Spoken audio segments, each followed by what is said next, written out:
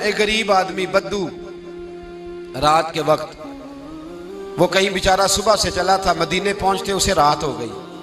اس نے ڈرتے ہوئے نا خیمہ ہی باہر لگا لیا. جہاں رات ہوئی نا، آدھی رات ہو گئی، 1-2 بجے سمجھ لے پہنچا مدینے، تو اس نے باہر نے خیمہ لگا لیا. بیوی اس کی امید سے تھی، بچے کی ولادت کا وقت قریب آ گیا، بیمار ہو گئی. اس نے خیمہ لگایا، بیوی اندر ہے. حضرت عمر فاروق گشت پہ تھے رات کو، ساتھ ایک غلام تھا.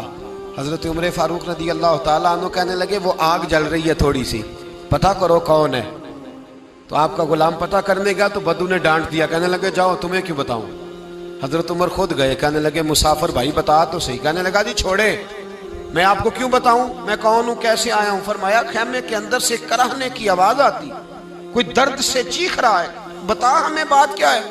کہنے لگا جی میں فلاں بستی فلاں علاقے کا ایک غریب ہوں، امیر المومنین عمر فاروق سے ملنے آیا ہوں، اور رات ہو گئی ہے تو یہاں خیمہ لگایا ہے، صبح میں ان سے مل کے چلا جاؤں گا.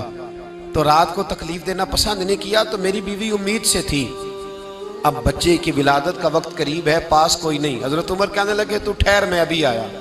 چہرے پہ نقاب ہے، اسے بتایا نہیں میں ہی امیر المومنین. عمر دوڑے گئے، اپنی زوجہ سے کہنے لگے اگر تجھے بہت بڑا اجر مل رہا ہو تو حاصل کرے گی. کہا کروں گی. تو کہنے لگے چل پھر میرے ساتھ، بہت بڑا اجر ہے. ایک دوست کے ہاں ولادت کا وقت ہے، ضرورت کی چیزیں ساتھ لے لو. اس عورت نے تھوڑے دانے لے لیے، گھی لے لیا. حضرت عمر سے کہنے لگی لکڑیاں اکٹھی کر لیں.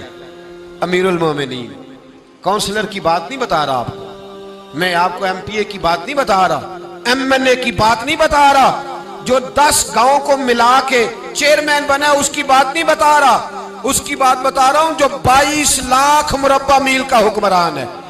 اس کی بات بتا رہا ہوں جو گلی سے گزرے تو شیطان رستہ ہی بدل جاتا ہے. اس کی بات بتا رہا ہوں جس کے بارے میں میرے مصطفیٰ کریم صلی اللہ تعالیٰ علیہ وآلہ وسلم نے فرمایا میرا عمر تو وہ ہے کہ 950 سال حضرت جبریل بھی اس کی شان بیان کریں تو عظمت ختم نہیں ہوتی. اتنا بڑا شخص.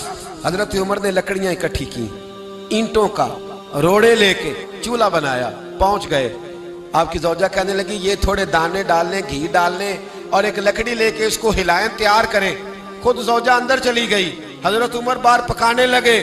وہ بدو کہتا ہے میں اس طرح کا ان کے ساتھ بہیو کرنے لگا جیسے کو کسی چوکیدار کے ساتھ نہیں کرتا. میں نے سمجھا یہ عمر نے چوکیدار رکھے آنے جانے والے مہمانوں کا. میں کبھی پانی کا پیالہ مانگتا، کبھی کوئی بات، عمر دوڑے جاتے، کبھی پانی لاتے. او مسلمانوں، او میرے رسول کے غلام عزیزو، حضرت عمر فاروق. وہ غلام کہتا ہے میں عمر سے کہتا، میں کہتا غلام پانی لا تو عمر دوڑ کے پانی لاتے. میں کہتا تجھے گھی پکانا بھی آتا ہے، پہلے بھی کبھی پکایا ہے؟ تو عمر فرماتے کوشش تو کر رہا ہوں. میں کہتا پہلے بھی کبھی تیری بیوی نے یہ کام کیا ہے؟ تو حضرت عمر کہنے لگے مجھے یاد نہیں، پوچھ کے بتاؤں گا. کہتے ہیں کیا رنگ تھا، کیا انداز تھا، کیا مصطفیٰ کی تربیت تھی، کیا انداز حضور نے سکھائے غلاموں کو. یہ کس طرح کا امیر ہے کہ یہ ہنڈیاں پکا رہا ہے، پھونکے مار رہا ہے ایک غریب کے لیے، دیہاتی کے لیے جسے جانتے بھی نہیں. اندر اس شخص کی بیوی کے ہاں بیٹا پیدا ہوا تو حضرت عمر کی بیوی اندر سے بول کے کہنے لگی امیر المومنین مبارک ہو، آپ کے دوست کے ہاں بیٹا پیدا ہوا ہے. جب کہا نا امیر المومنین مبارک ہو تو وہ شخص کہتا ہے میرے ہاتھ کانپنے لگے اور میں اس طرح دوڑا کہ میری پگڑی گر گئی. میں دوڑا تو عمر نے بلایا، کہا کدھر جاتے ہو؟ کہنے لگا آپ امیر المومنین ہیں، آپ امیر المومنین، آپ عمر ہیں. کیسر و کسرا جس کے نام سے کانپے آپ وہ ہیں، جسے مصطفیٰ نے دعا مانگ کے اللہ سے مانگا وہ والے عمر ہیں آپ. جس کے لیے علی المرتضیٰ فرماتے ہیں میں روز دعا کرتا ہوں وہ والے عمر ہیں. جس کے بارے میں ابو بکر صدیق نے فرمایا تھا کہ میں اللہ سے کہوں گا مولا جو تیرے محبوب کی امت کے حق میں سب سے بہتر تھا میں اسے خلیفہ بنا کے، وہ والے عمر ہیں.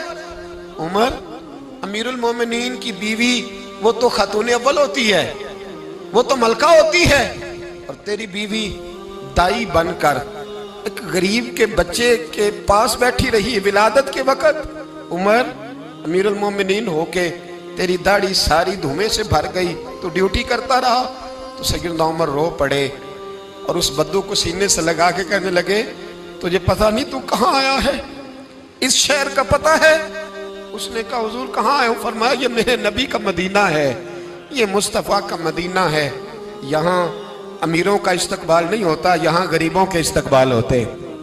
یہاں حضور نے اس اسٹیٹ پہ میرے رسول پاک نے وہ والا رنگ دیا ہے کہ اب غریب سر اٹھا کے جینے لگے ہیں، اب مزدوروں کو عزتیں ملنے لگی ہیں، اب یتیموں نے سر اٹھا لیا ہے کہ ہمارا کوئی سننے والا